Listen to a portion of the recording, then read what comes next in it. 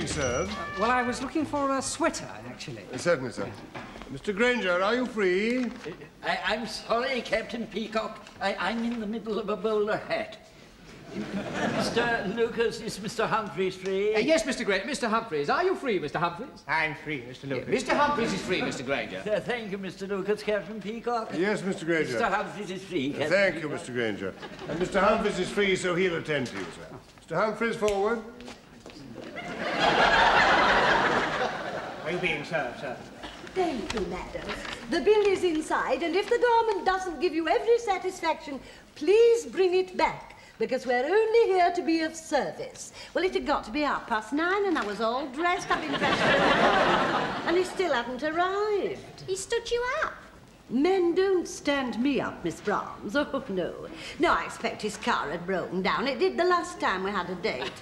Oh, and he apologised most humbly when I bumped into him a week later. Oh, so you're all dressed up and nowhere to go? No. Mrs. Axelby and I went down to the Pally. It was the over-25s night. Oh, did you pick anybody up? We didn't go for that, Miss Brahms. No, I mean, did anyone come up and ask you to dance? Oh, no, I don't encourage that sort of thing. Anyway, I didn't like the look of any of the men there. So after we'd stood by the dance floor for about 20 minutes, sussing it out, you know, we went into the bar. Oh, you didn't get sloshed again? Certainly not. We just had a few gin and tonics. Only one of the tonics I had must have been banned. There are sometimes, you know. But anyway, I came over all dizzy. Mrs. Axelby had to put me to bed. Ices! Here we are, Mrs. Slocum. 12 pairs of 30 denier tights, unlucky for some. 12 padded bras. Who's kidding who? And finally, 24 pairs of novelty briefs known to such common persons as myself as naughty knickers. What are you talking about, Mr. Mash? Here, look at that. Oh, it's got writing on. Oh, what does it say, Miss Brown? If you can read this, you're too close. How disgusting. It's true. What about them then? Handy. And then there's these come in 4 models. Hello, Cheeky. I love Elvis. Your flies are undone. And no parking. Did you ever see anything like it in your life? Well, my boyfriend bought me a pair of those once, but I wouldn't wear them. Oh, what did they say? In case of emergency, pull down. That must be worth a £5 fine. That'll be quite enough of that, thank you, Mr. Mash. Captain Peacock. Are you having trouble, Mrs. Slocum? I certainly am, Captain Peacock. Well, I can only give you a moment. I have to see Mr. Rumbold. I absolutely refuse to display these. But you're not being asked to wear them, are you? Certainly not. I wouldn't put them on for £1,000. How much would you take them off for, then? Mr. Mash, get back to your basement. Oh, I see. Workers not allowed to have a sense of humour, eh? Eh? Good. Blimey, it's marvellous. Anyway, mate, we have our laughs, don't you worry. You want to see what they've written about you on the walls of our cars, eh? Now, see here, Captain Peacock. I refuse to have anything to do with these vulgar garments. They're not that bad. Progress has to march on, Mrs. Slocum. Not wearing those, it doesn't. I have to remind you that you are all paid to sell the goods purchased by the buying department. And if I don't? No one is irreplaceable. You're not going to stand for that, are you? I very nearly said something very cutting and rude, I can tell you. I bet. What you going to do about it? I've a good mind to hand in my resignation. Your resignation? Stop, not so loud. Oh, it's you, sir. Definitely you, don't you think so, Mr. Lucas? Yes, it's definitely the customer. It seems a little tight to me. They are being worn tight this year, sir. Particularly that one. I wanted it for golfing, you see. Ah, well, it'll be very good, sir. It keeps your arms stiff, you see. Why don't you try a swing, sir? Oh, you have a lovely movement there. Yes, well, I do have a very small handicap. Oh, do you? You could probably find a pair of tight trousers to go with it. It grips me under the arms. Yes, well, there's a lot of tension in that Shetland wool, sir. Yes, it's the nervous sheep, you know. They live near a firing bed. Thank you, Mr. Lucas. Why don't you try another swing, sir? Yes. Well, it's very good for driving. How is it for putting? It's pulling. Perhaps it's the way you're holding the club, sir. What you must remember, sir, is it will stretch after the first wash. I thought wool always shrank. No, that's a popular misconception, that, sir. I mean, you only have to think about it to see it couldn't possibly be true. Otherwise, every time it rained, the sheep would get smaller, wouldn't they? No, I definitely need the next size. We haven't got the next size. We must have the next size. We've only got a 48. That's the next size. Next size, coming up, Mr. Humphrey. Here we are, sir. How's that? Where's he gone? Oh, me. There, sir. Well, there's not much in it, really. Don't you think it's a little long? Well, they are being worn long this year, sir. It'll be very good for your handicap. What you must remember, though, is it will shrink after the first wash. I thought you said wool doesn't shrink. Ah, that's pure wool. You see, this is half wool and half extruded man-made fibre. The extruded bit shrinks in hot water. The man-made bit shrinks in cold water. In fact, sir, there's no point in wearing it at all until you've washed it. All right. I'll take it. Sail, Mr. Lucas. Oh, it's a very dear thing, Mr. Humphreys. Let me help you out of the small ones. Oh, thank you. Yes, would you?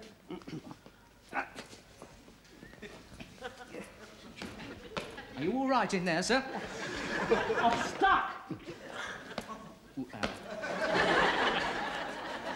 Mr. Humphreys, would you mind holding the gentleman's rear while I pull from the front? Pleasure, Mr. Lucas. It's like pulling a Christmas cracker, isn't it? I wonder who's going to get the novelty. Here we are, sir. It's gone. I beg your pardon? It's gone. What's gone? My toupee. You've lost it. All right. Are they attending to you, sir? They are looking for my very expensive, undetectable hairpiece. We're having a bit of trouble detecting it. Perhaps it's in the jumper. Huh? Ah. Should we comb it now, sir, or after you've put it on? Give it to me. Oh, takes years off you. Is it all right? Yes. Not quite as undetectable as it was. What other colours did they have? Yes, I certainly made my point, Captain Peacock. I'm having nothing to do with those things, I said.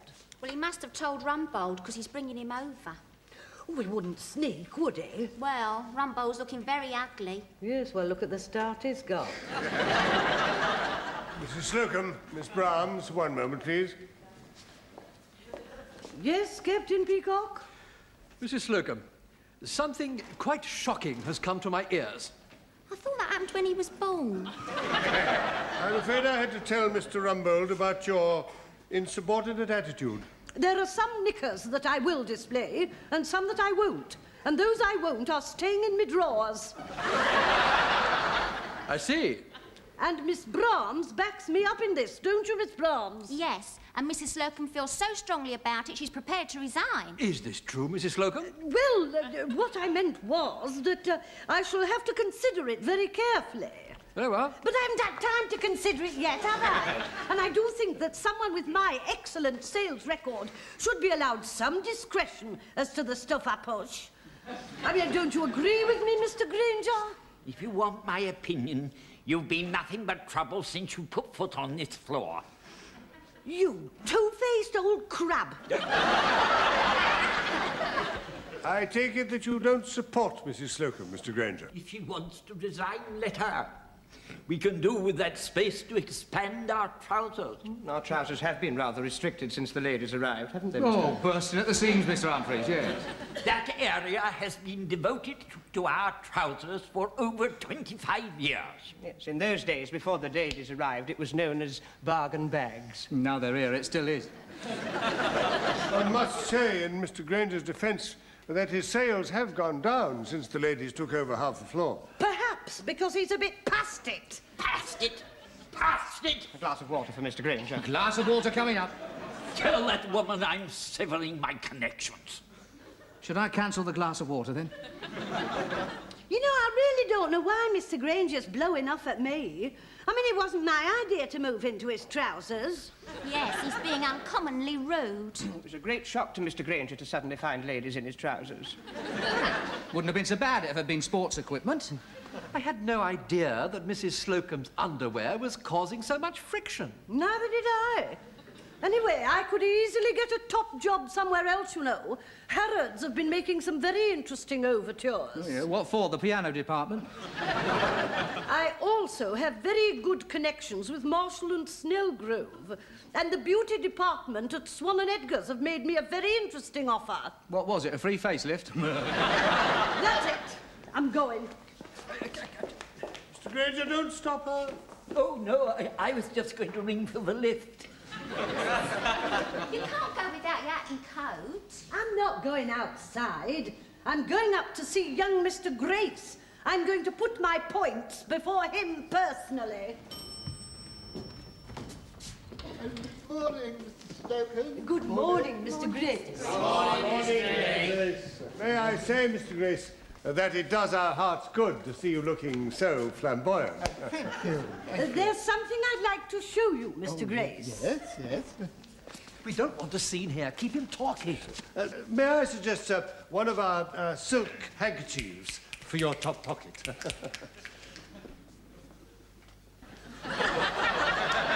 That's quite a good match, I think you'll agree. Yes, yes. What do you think of that, Mr. Grace? Oh, I prefer it. Agree? Yes, of course. I have an announcement to make. Quiet for Mr. Grace. You may all be surprised to know that I have been a widower now for 40 years. I don't see my day too much. Yet there's somebody here in Grace Brothers who I've had my eye on for some time. I'm sure so that any lady who's attracted your attention must have great qualities, Mr. Grace. She will indeed be a lucky lady, sir. Yeah, she'll have lots of lolly and all. And she won't have long to wait for it. To sum it up, the maximum of one thing and the minimum of the other. May we be permitted to know the name, sir? No, I prefer to keep that a secret until I've told her my intentions. Well, that shouldn't take long. But I shall reveal everything to you shortly. Oh, we'll look forward to that, Mr. Grace. You give me your arm, Mrs. Slocum. I'd like to have a word with you in private. How long have I known you now, Mrs. Slocum? Oh, since I was a junior here, Mr. Grace. Ah, yes, a very long time. Yes, well, we can't discuss it here. Perhaps you would have tea with me in my office this afternoon at, say, 4 o'clock. I want to talk about a ring. A ring? Well, carry on, everybody. You've all done very well.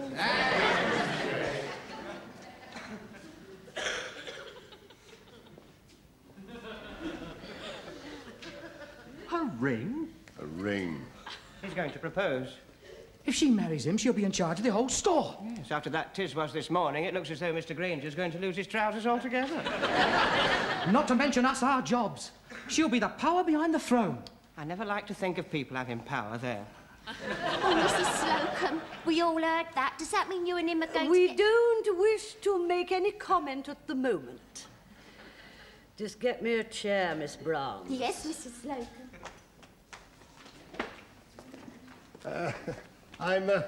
I'm sorry about our little misunderstanding, Mrs. Slocum, but I was only doing my duty. As a matter of fact, when I spoke to Mr. Rumbold, I did say that my sympathies lay with you.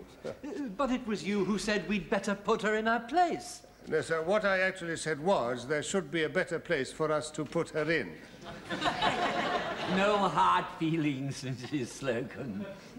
I have never seen so much crawling since the last time I was at the reptile house in the zoo. That'll do, Miss Brahms. Just because Mrs. Slocum's going to marry the head of the firm, you're getting all smarmy.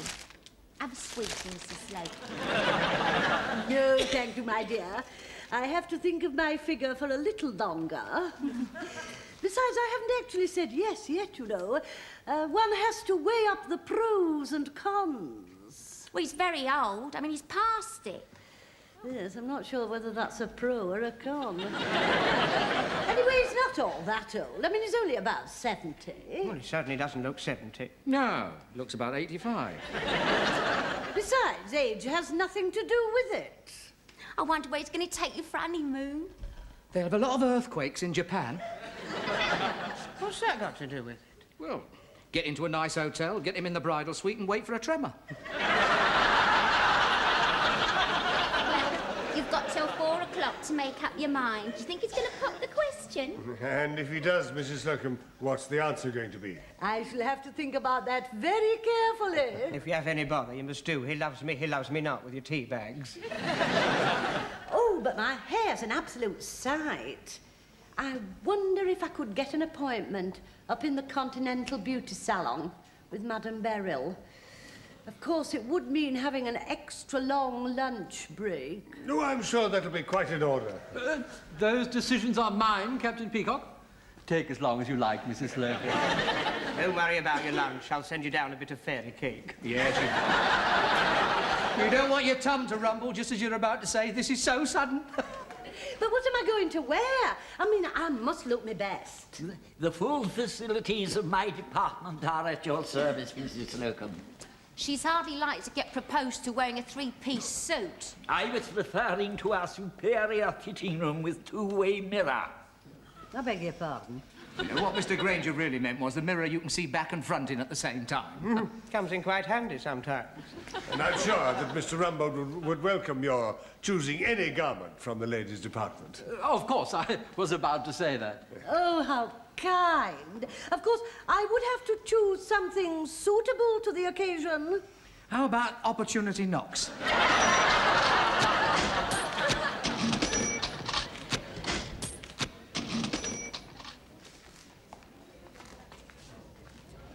3:30 and Mrs. Slocombe's still not back from lunch. She is a very dear person, you know, Stephen. I'm very fond of her. Oh, so am I. By the way, Ernest, has young Mr. Grace any living relations? Only old Mr. Grace. And of course, he doesn't get about very much. No. Well, in that case, she stands to cop the lot. Yeah. She is a very dear person. You never told me how the party went. Oh, the fancy dress party the other night. Oh, I can't speak about it. Oh, go on, force yourself. I bet you had the best fancy dress costume there. Well, it was a stroke of genius to go as the Red Shadow. You know, I'd been wondering what to do with those curtains from the guest bedroom. I suppose you used a touch of the old cocoa to black up and stain the face? Certainly not. I used overnight tan. Wasn't quite dark enough, so I stuck my head in the oven for 5 minutes on regular too. I bet you felt like Lawrence of Arabia. I did. And I took my slippers, my bedroom slippers, and I held them over the gas, and I pulled the toes out to a point and curled them up. They do just like the real thing. Oh, brilliant. And if anyone else had gone as the Lawrence of Arabia, you could have said you were Ali Baba and you left your pots outside. Alas, I shall never know who went as what. What do you mean? Well, my minicab broke down, didn't it? And I had to walk. I couldn't remember the address, and I'd no idea where the flat was, and I was knocking on doors at random. So there you were in your curled-up slippers with your best curtain material, feeling desperate. Until 2 policemen threw their arms round me. You found the fancy dress party, then? No, but you try walking round Golders Green at midnight dressed as an Arab, knocking on doors.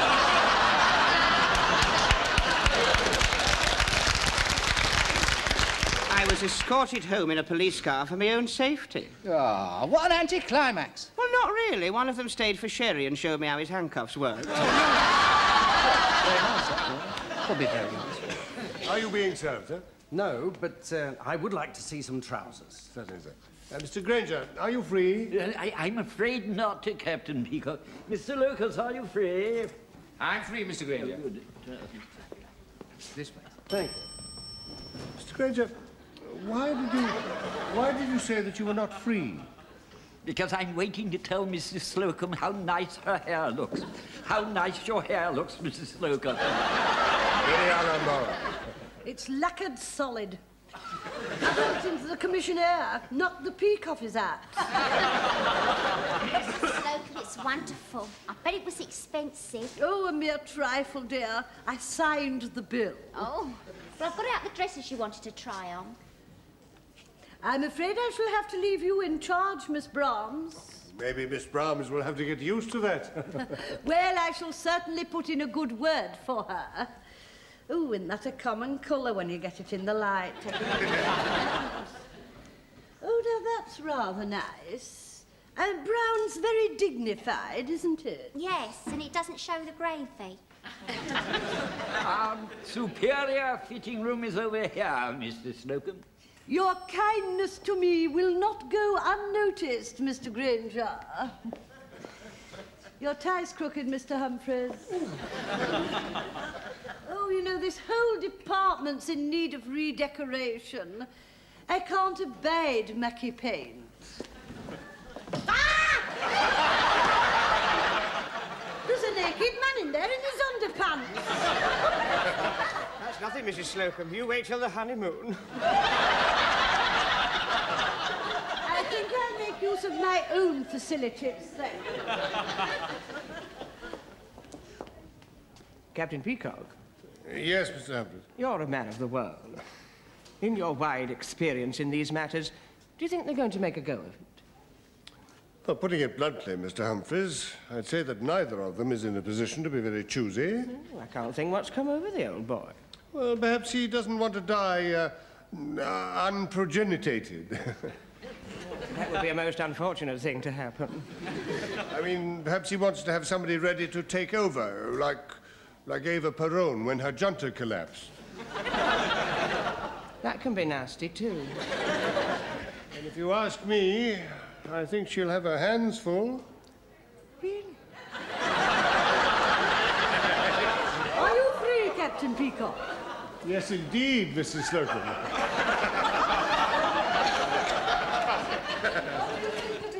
Well, it's a trifle formal for afternoon tea, don't you think? I'm not going to wear it this afternoon, but I couldn't resist trying it on. It makes me feel all young and innocent. A remarkable garment indeed. Mrs. Slocombe, it's 4:15. Time to put your afternoon frock on. La da da dee. Oh, be still, my fluttering heart. That's wind from your fairy cake. Well, it looks as if she's made up her mind. In 5 minutes' time, she'll be up in Mr. Grace's office. I wouldn't mind being a fly on the wall up there. I can tell you exactly what you'd see. Tea for two, a silly old muffin and a tired old bit of crumpet.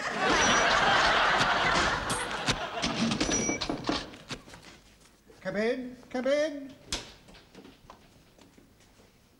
Where are the rings you wanted to have a look at, Mr. Grace? Ah, thank you, Miss Robinson. Where's the tea? Just coming, Mr. Grace. Come in, come in. I hope I'm not late. No, you're early. The tea's not arrived yet. Do sit down. You know Miss Robinson of the jewellery department?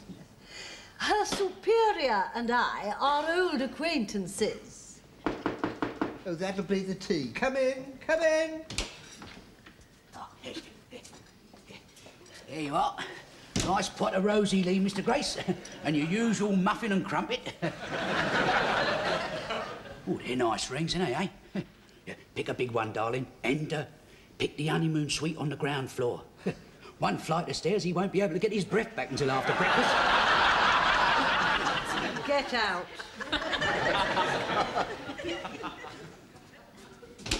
I expect you wonder why I asked you to come and have tea with me, Mrs. Slocombe. Well, a girl does have an inkling, you know. A what? An inkling. What's that? Well, it's what a girl has when there's something special in the air. Oh, you mean like hay fever, something like that? Shall I pour? Yes, please do. I expect you think I'm an old fool getting married again at my time of life. On the contrary, Mr. Grace, you're very young in spirit, and you need someone to take you out of yourself. Well, I mean, you never go on holiday, do you? No, no. That's true. Of course, I do realise that it's very difficult for a man in your position. I mean, supposing you were to take your yacht into the Carabino, you'd have all those young girls all over you just because you're rich. Would I? And they're only after one thing, you know. Are they? Whereas if you're married to a wife who's devoted to you, you'll always have someone at your side and be protected from all that. Someone to help you through your troubles, help you through life's weary problems, cherishing each other when you're sick, and all that sort of thing. I'm very grateful to you, Mrs. Slocombe. You've helped me make up my mind. I brought you here to choose a ring. Oh, Mr. Grace. That big one. It's for Miss Robinson, you know, of the jewellery department. I've had my eye on her for some time, almost 3 months. Miss Robinson? But now you've spoken to me, you put me right off the idea of marriage. But that was the last thing I wanted to do, Mr. Grace. Well, it's very kind of you, Mrs. Slocombe, and you must help me again sometime. Oh, it's always a pleasure. When you come to my time of life, you need the help of an older woman.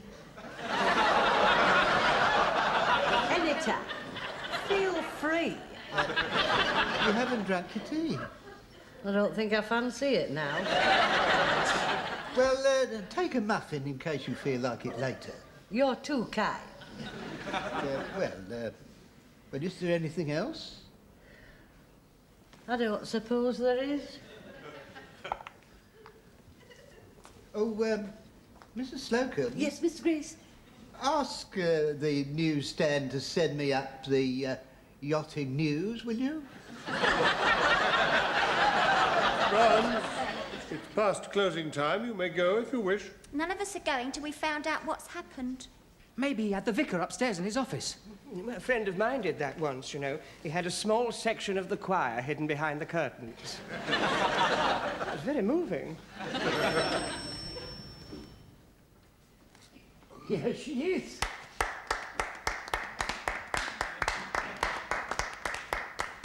Doesn't she look radiant?